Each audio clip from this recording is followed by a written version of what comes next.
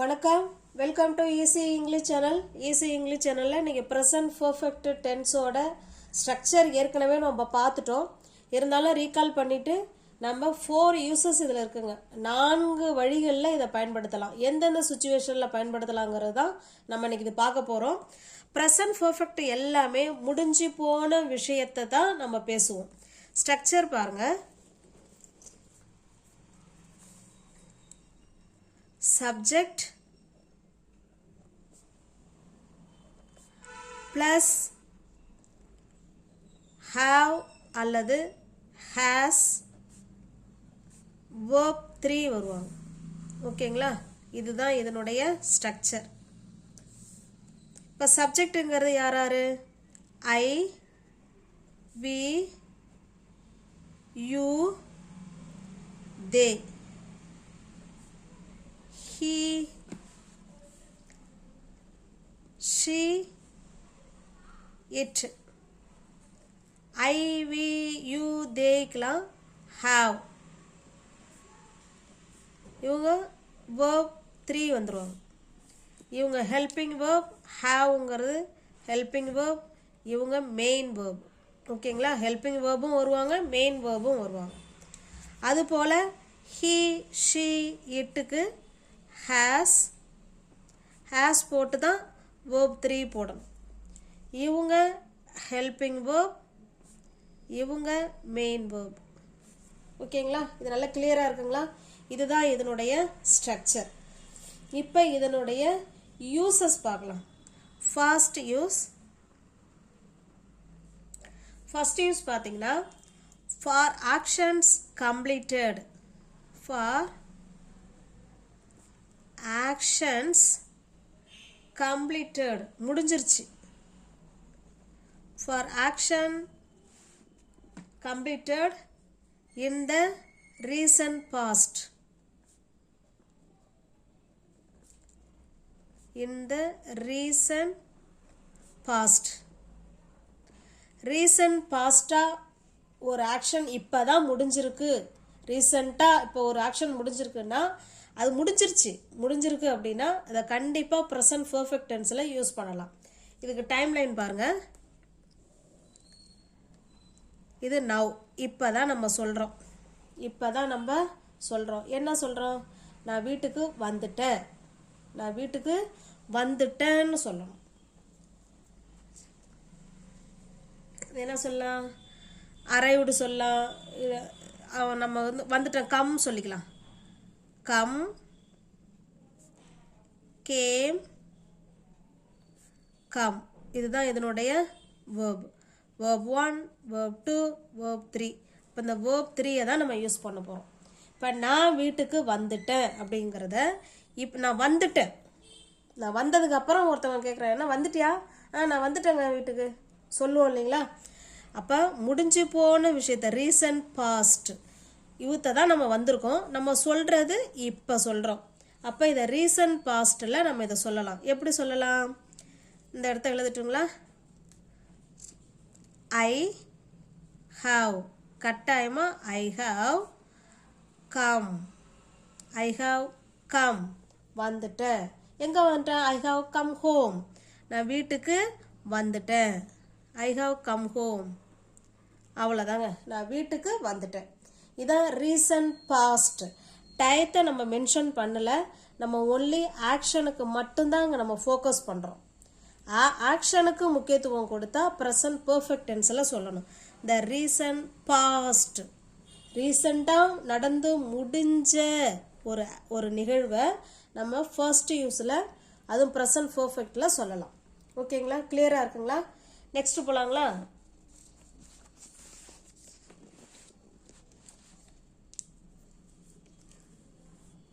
The children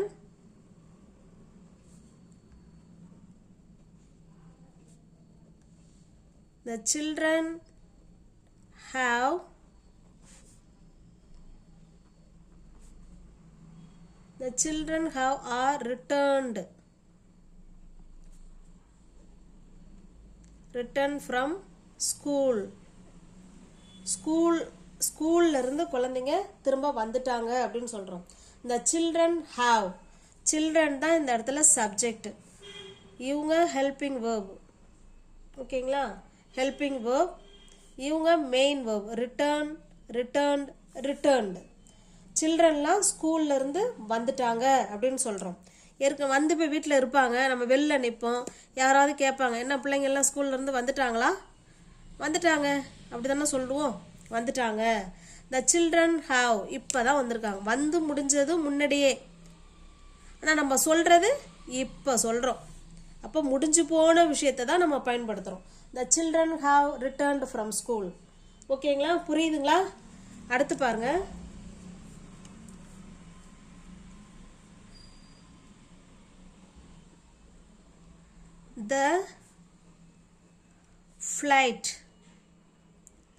the flight has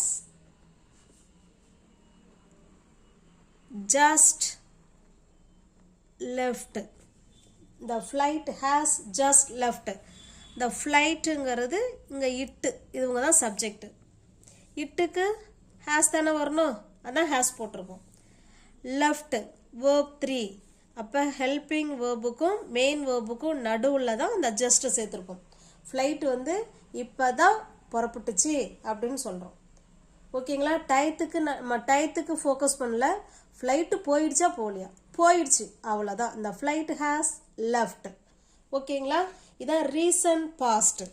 இதுக்கு time line வரையணும்னா பாருங்கள், இப்போ தான் நம்ம ஒருத்தர் சொல்கிறோம் த ஃப்ளைட் ஹேஸ் லெஃப்ட், புறப்பட்டுருச்சுன்னு சொல்கிறோம். ஆனால் புறப்பட்டது எப்போ? கொஞ்ச நேரத்துக்கு முன்னாடியே.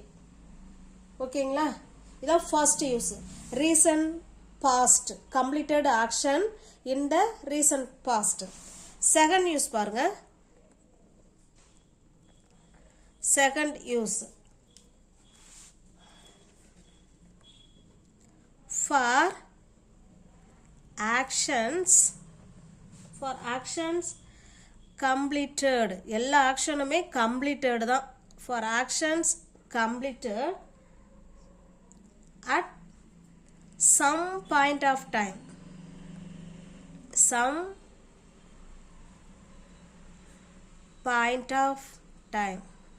some point of time in your life,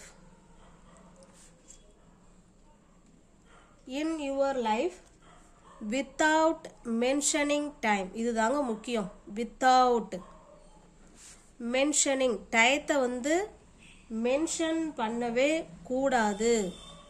without mentioning the time. ஓகேங்களா, இதுதான் செகண்ட் யூஸ். செகண்ட் யூஸ் என்னன்னு பாருங்க, ஃபார் ஆக்ஷன்ஸ் கம்ப்ளீட்டட், ஆக்ஷன் வந்து கம்ப்ளீட்டடாக இருக்கும், சம் பாயிண்ட் ஆஃப் டைமில் அது நடந்திருக்கும். ஆனால் எப்போ? நம்மளுடைய லைஃப்பில் எப்பயாவது அது நடந்திருக்கும். அதை டயத்தை மென்ஷன் பண்ணாமல் சொல்லணும். இந்த ப்ரெசன்ட் பர்ஃபெக்டை எல்லாமே டயத்தை மென்ஷன் பண்ணாமல் சொல்கிறது தாங்க. இப்போ இதுக்கு நம்ம டைம் லைன் வரைகிறோம் பாருங்க. இது நவ். ஓகேங்களா, இது நம்ம இப்போ தான் பிறந்திருக்கணும் வச்சிங்களேன், பேர்த்து. இங்கேருந்து இப்போ வரைக்கும், இப்போ நம்ம இருக்கோம் இல்லைங்களா, உயிரோட தானே இருக்கோம் நவ். அப்போ பிறந்ததுலேருந்து இப்போ வரைக்கும் உள்ள அந்த பீரியட் இருக்குது பார்த்தீங்களா, இந்த பீரியடில் எப்போ எந்த பாயிண்ட் ஆஃப் டைமில் வேணாலும் ஒரு நிகழ்வு நடந்திருக்கலாம், இல்லை நடக்காமல் இருந்திருக்கலாம், இல்லை பல முறை நடந்திருக்கலாம், இல்லை ஒரு முறை நடந்திருக்கலாம், இல்லை நிறையா முறை நடந்திருக்கலாம். இந்த மாதிரி ஒரு முறை, பல முறை, நிறையா முறை, இல்லை நடக்கவே இல்லை, இல்லை நான் போகவே இல்லை, இது நம்மளுடைய லைஃப் எக்ஸ்பீரியன்ஸை பற்றி பேசுகிறதுக்கு இந்த செகண்ட் யூஸ் பயன்படுத்திக்கலாம். ஓகேங்களா, பிறந்ததுலேருந்து இப்போ வரைக்கும் நடந்ததை time without mentioning the time, டயத்தை மென்ஷன் பண்ணாமல் பேசணும். இப்போ பாருங்க, இது நான் எழுதுகிறேன் பாருங்க. I have visited the Taj Mahal. I have visited the Taj Mahal. நான் தாஜ் மஹாலை விசிட் பண்ணி இருக்கிறேன். என்னோட லைஃப்பில் இங்கே கூட போயிருப்பேன். இல்லை இங்கே கூட போயிருப்பேன்.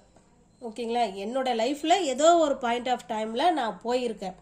ஐ ஹாவ் விசிட்டட் த தாஜ்மஹால். ஓகேங்களா, நெக்ஸ்ட் பாயிண்ட் பாருங்க.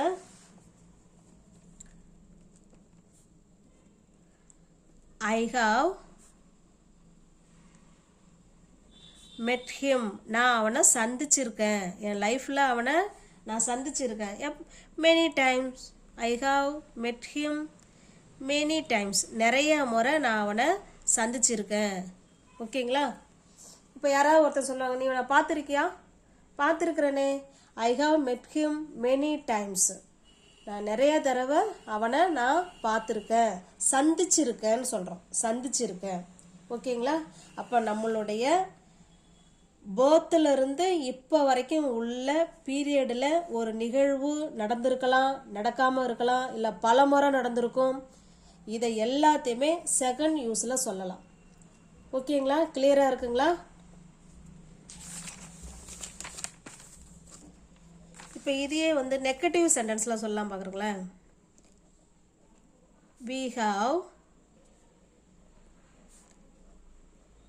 we have traveled.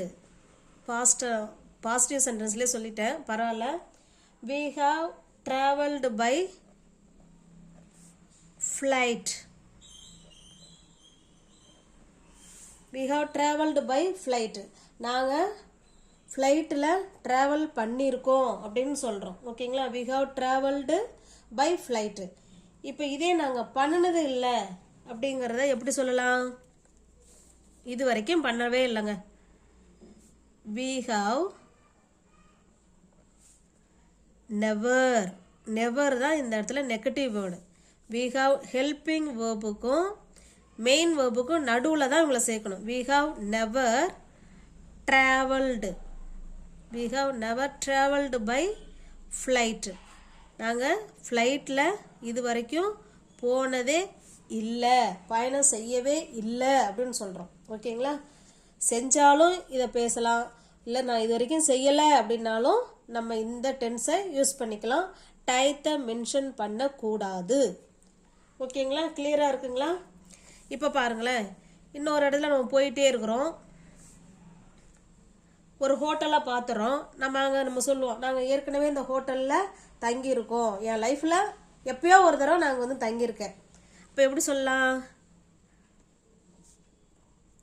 I have stayed. I have stayed in this hotel. I have stayed in this hotel. ஓகேங்களா, இல்லை ஆல்ரெடிங்கிற வார்த்தை வேணாலும் இந்த இடத்துல நம்ம சேர்த்துக்கலாம். ஏற்கனவே இந்த ஹோட்டலில் நான் தங்கி இருக்கேன். I have already stayed in this hotel. இது என்னுடைய லைஃப்பில் இப்போ தான் நம்ம இதை சொல்கிறோம், இந்த சென்டென்ஸை. நான் இதில் ஏற்கனவே நான் அங்கே தங்கியிருக்கேன், இந்த பாயிண்ட் ஆஃப் டைமில் நான் தங்கியிருக்கேன். ஓகேங்களா, I have already stayed in this hotel. இப்போ அடுத்து தேர்ட் யூஸ் போகலாங்களா? எல்லாம் உங்களுக்கு புரியுதுங்களா? தேர்ட் யூஸ் பார்த்தீங்கன்னா, when the result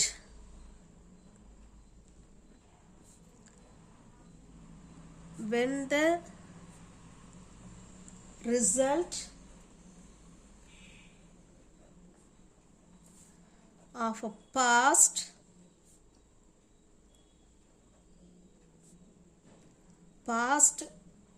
action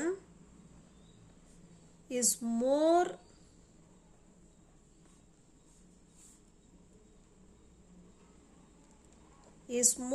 important than the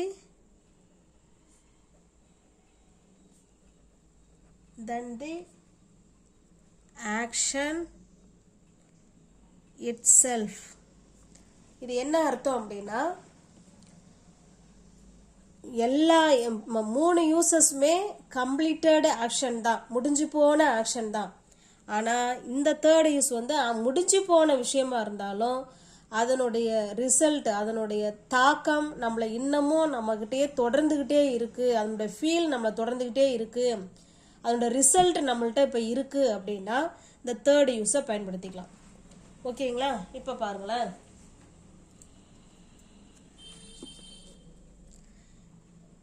இந்த time line. Now I have, நான் ஒரு சென்டென்ஸ் எழுதுகிறேன். I have seen this movie. I have seen this movie னா இந்த படத்தை நான் முன்னாடியே பார்த்துட்டேன். அதோட ரிசல்ட் என்ன? அந்த படம் இப்போ எனக்கு நல்லா ஞாபகம் இருக்குது. அதனால் இப்போ நான் பார்க்க வரலாம், இல்லை வராமலேயும் இருக்கலாம்.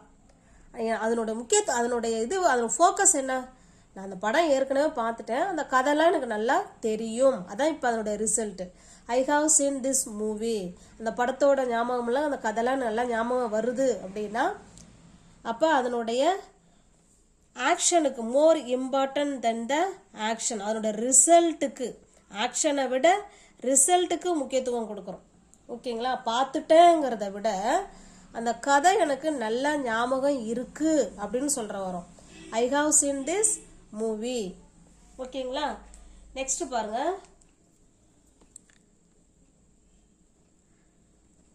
I have bought. I have bought a new car. I have bought a new car. என்ன அர்த்தம்? இப்போ அவங்ககிட்ட ஒரு காரு இருக்கு. I have bought a new car. ஓகேங்களா? இது எதுவுமே டயத்தை மென்ஷன் பண்ணவே இல்லை. ஓகேங்களா? இப்போ அவங்ககிட்ட ஒரு காரு இருக்குங்கிறதா result. I have bought a new car, அவன் ஒரு காரு வச்சிருக்கான். நெக்ஸ்ட் பாருங்க, I have bought a new கார்னா அவன் ஒரு கார் வாங்கியிருக்கான்னு அர்த்தம். ஓகேங்களா? அதனால என்ன விளைவு? இப்போ அவன்கிட்ட கார், ஒரு புது காரு இருக்கு அப்படின்னு தானே அர்த்தம். அதான். ஓகேங்களா? நெக்ஸ்ட் பாருங்க, fourth use.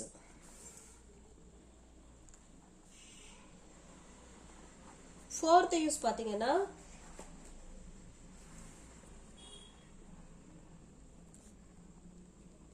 for actions that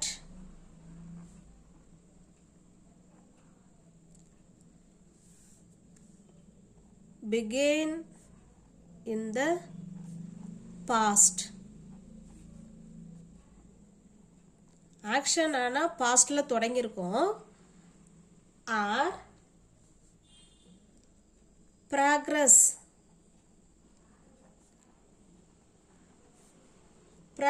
in the present. அதனுடைய ப்ராக்ரஸ்னால் அது இன்னமும் நடந்துக்கிட்டு இருக்கு. எப்போ? ப்ரெசண்ட்டில் இன்னமும் தொடர்ந்துக்கிட்டு இருக்கு அப்படின்னா இதை சொல்லலாம்.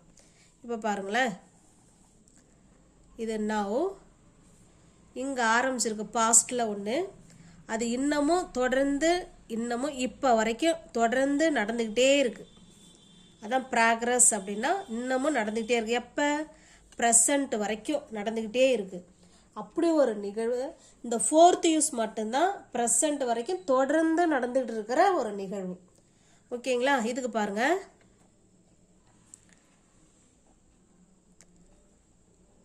I have lived in Chennai. I have lived in சென்னைனா நான் இன்னமும் சென்னையில் தான் வசிச்சுட்டு இருக்கிறேன் அப்படின்னு அர்த்தம். I have lived in Chennai. ஓகேங்களா? இங்கே வசிக்க ஆரம்பித்தேன், இப்போ வரைக்கும் அது நடந்துக்கிட்டே இருக்குது, தொடர்ந்து நடந்துக்கிட்டே இருக்குது, இன்னமும் நம்ம அங்கே தான் இருக்கோம். ஐ ஹாவ் லிவ்டு இன் சென்னை. ஓகேங்களா? இதே இப்போ இப்போ நாங்கள் 30 வருஷமாக இருக்கிறோம் அப்படிங்கிறத எப்படி சொல்லலாம்? we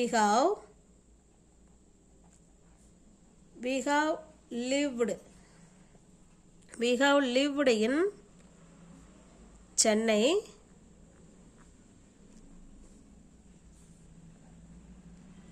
for 30 years. 30 வருஷமாக நாங்கள் இருக்கிறோம்.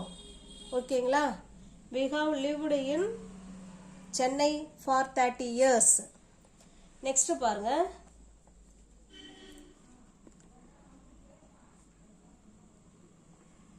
It has rained all day. இது என்ன அர்த்தம்? இட் ஹாஸ் ரெயின்ட் ஆல் டேன்னா அந்த நாள் முழுதும் மழை பெஞ்சிக்கிட்டே இருக்கு. இப்போ சொல்கிற நிமிஷமும் அந்த மழை பெஞ்சிக்கிட்டே இருக்கு காலையிலிருந்து.